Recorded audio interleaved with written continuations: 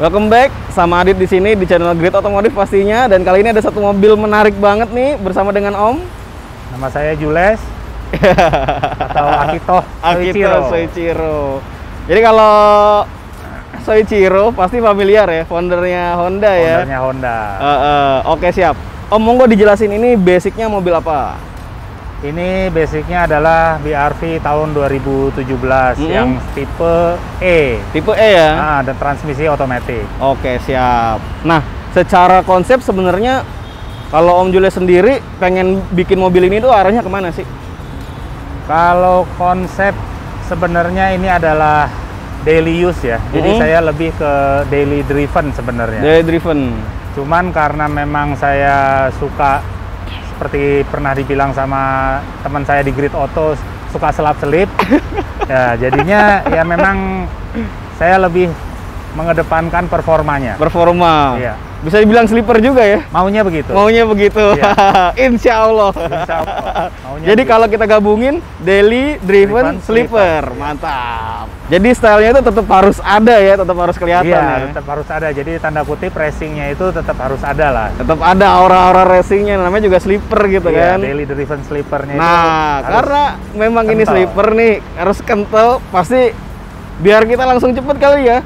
Buka kapas ini dong Om, penasaran nih mobil sleeper yang buat daily kayak gimana sih? Nah, jadi kalau apa namanya, perubahannya sih nggak kelihatan dari luar ya.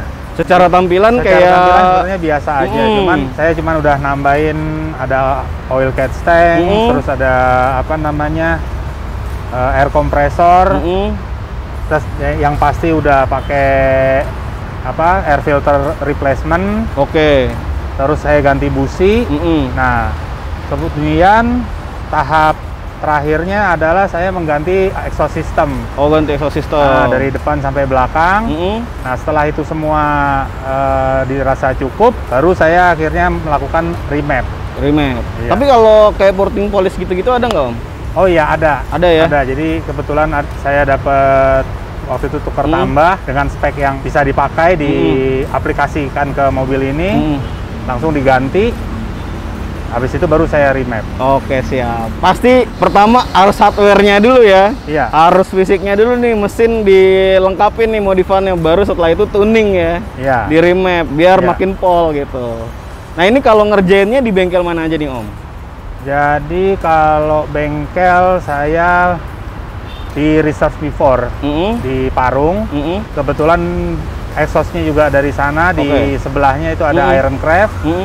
Dan terakhir saya remapnya di Rev Engineering. Oh, di Kotedi ya? Di Kotedi. Oke, berarti di Jalan Panjang Om ya? Di Jalan Panjang. Di Kotedi. Oke, siap. Ini untuk urusan performa di engine. Iya. Nah, dia kan sebenarnya kan L15 ya. 15Z ya. L15Z sama lah kayak sebenarnya kayak Jazz gitu kan. Dan dia emang enak gitu kan di kulik-kulik nih performanya. Nah, so far untuk terakhir kan pasti remap itu ketahuan tuh di dyno kan pasti remapnya. Itu berapa tuh Om performanya? Itu dapat sekitar 140-an. 140-an, oke. Di mesin ya. Nah, kalau torsinya sekitar 200 Nm lah. Oke. Berarti sebenarnya kalau misalnya mau dipol-polin lagi bisa gitu Om ya? Sebenarnya bisa. Cuma memang sesuai kebutuhan dan kepengenan Om, dilimitin segitu aja gitu. Kalau nggak salah ada throttle control juga ya Om ya? Ada ya? Nah, itu juga salah satu, maaf Om ya, maksudnya itu juga salah satu kenapa Om Teddy juga nggak mau nge-push lagi, karena responsif itu saya bisa dibantu dengan throttle control itu aja udah. Kalau dari visualnya yang kelihatan di sini ya ada stiker karbon Om ya. Iya. Ada ya warna-warna paling ini nih si strut bar ya. Iya. Kayaknya cukup nih soal mesin, kita tutup dulu Om. Siap. Oke, kita geser ke bagian samping teman-teman. Kita lihat setup kaki-kakinya gimana. Yuk.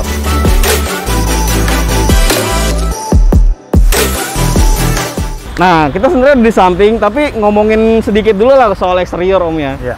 Di depan ada pemanis sekaligus bikin sangar lah, karbon-karbon ya, di grill nih teman-teman gitu. Terus juga lampu-lampu udah upgrade Om ya? Lampu saya sudah semua ganti jadi LED dan HID ya. Jadi untuk mengefisiensikan arus listriknya dan agar tidak terlalu panas ya saya udah tukar semua. Dan lebih terang juga pastinya kan? Iya. Oke, sip. Nah, di samping juga ada karbon nih. di cover spionnya teman-teman. Tapi kita balik lagi, fokus ke kaki-kakinya.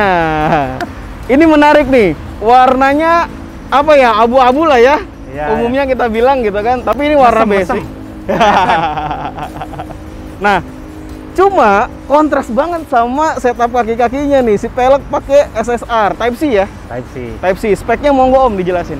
Ini saya pakai SSR Type C, lebar 8,5, ET35.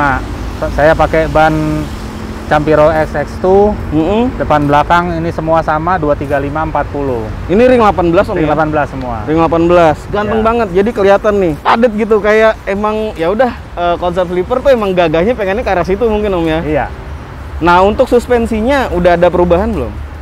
Suspensi, kalau bicara suspensi saya masih menggunakan per dan per custom. Shock breakernya masih bawaan. Original, Okay. bawaan. Cuman yang untuk yang di depan, untuk menambah kestabilan versi saya, kalau salah saya mohon maaf, saya udah ganti baut chambernya sehingga sudah -2 sekarang. Yang depan. Untuk depan -2 ya cambernya ya. Kalau belakang ada perubahan juga untuk camber? Belakang karena standarnya aja udah camber. Itu sudah camber 1,3 apa iya, 1 kalau nggak salah, tapi kalau mau di chamber lagi bisa, tapi pekerjaannya berat. Nah, jadi bisa, ribet lah ya pokoknya. Ribet, pasti gitu. bisa ya teman-teman. Kalau kita ngomongin custom apa aja bisa pasti. Betul. Gitu kan? Tapi kalau yang ini cuman ganti baut, nah dia juga bisa digeser sampai -2. Ini udah saya mentokin gitu loh. Sehingga ya dibantu manuver tadi membantu sekali gitu loh. Oke, siap. Karena memang buat grip juga ya sebenarnya fungsinya ya. Seperti di drift lah kalau teman-teman perhatiin ya. Itu pasti ban-bannya udah pada camber, apalagi yang bagian depan. Ya? Bener. Gitu. Nah, kayaknya udah nih soal bagian samping dan kaki-kakinya kita geser. Di belakang ada sesuatu yang menarik. Yuk.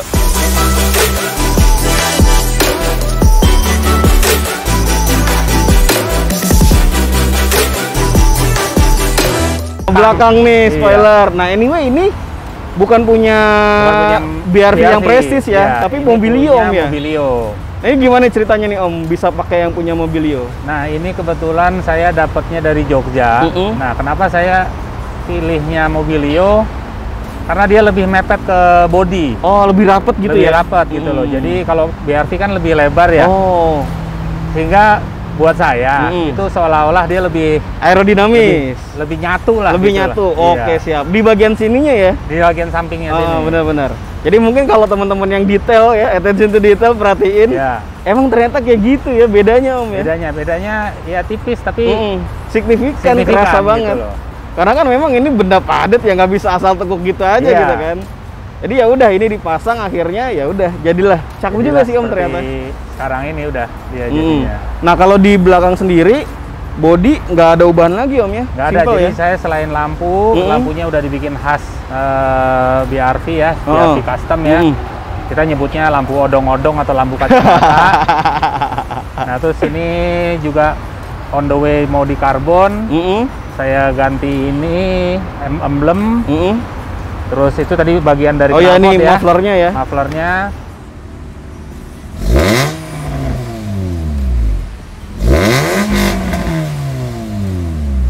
Ya kalau dari belakang ya overall segitu Om ya. Segitu aja. Kalau eksteriornya itu aja.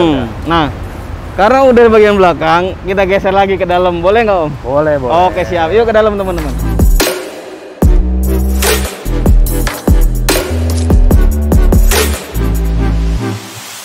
Udah di dalam. Yang udah berubah, yang saya lihat Om ya, ada satu benda di sini dan sini. Monggo dijelasin aja.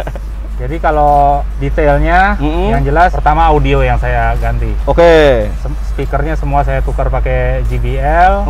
Saya juga pasang subwoofer compact. Nah, berjalan waktu, untuk menunjang performa tadi, saya tambahin lah ini mulai setelah sebelum remap ya. Saya tambahin throttle control ini. Terus itu dari ponakan saya nih, Dimas namanya. Nah, saya dikasih shift knob ini. Cakep nih. Nah, praktis banget, jadi tinggal gitu doang buat mindahin dan gitu. Ternyata tadinya saya pikir gaya aja. Tapi ternyata kaki kita untuk jarak jauh kemarin saya ke Bandung lebih nyaman gitu loh. Karena nggak nyenggol-nyenggol ya ke shift knob standarnya gitu. buat apa ya, buat efisiensi ruang juga lah ibaratnya betul. gitu. Ngaruh ke kenyamanan ternyata teman-teman, bukan soal masalah drivingnya aja Om ya. Iya benar. Nah balik nih soal audio, tadi saya nggak notice Om, karena memang ternyata OEM look gitu ya. Iya masih, karena saya memang di dalam, dan saya bukan ini audio ya fokusnya, jadi yang penting ada, sudah bisa nyaman, udah cukup buat saya. Udah kalau dalam itu aja ya. Jadi pilot projectnya untuk di dalam justru bukan ke audio, tapi mungkin nanti bismillah mungkin lebih ke semi bucket. Siap. We'll see. Kita keluar lagi teman-teman, yuk. Oke.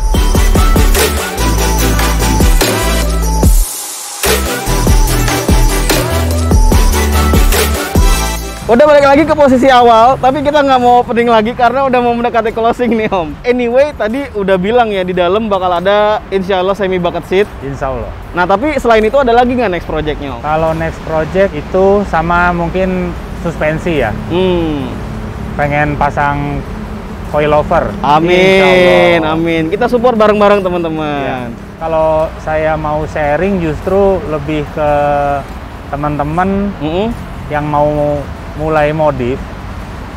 Pertama mungkin tentukan dulu konsepnya, terus tentukan dulu limitasinya. Limitasi di sini mungkin fungsinya apa, budget lu berapa, lebih ke situ. Untuk apa juga? Untuk gitu apa ya? juga, nggak harus mahal, bisa bagus kok. Itu juga bisa jadi pegangan dan langsung mulai. Buat yang mau kepoin si BRV menarik ini, boleh Om share IG-nya biar bisa di-follow sama teman-teman. Bisa di-follow di @akito_soichiro. Oke. Langsung aja di situ. Langsung aja di situ ya. Iya. Nanti kalau misalnya ada progresnya seperti apa, di situ ada ya. Dia ada di situ terus. Oke, siap. Makasih juga. Dia pergi, dia. Siap. Makasih juga teman-teman udah nontonin konten kali ini. Jangan lupa juga follow Instagramnya Grit Automotive di @gritautomotive.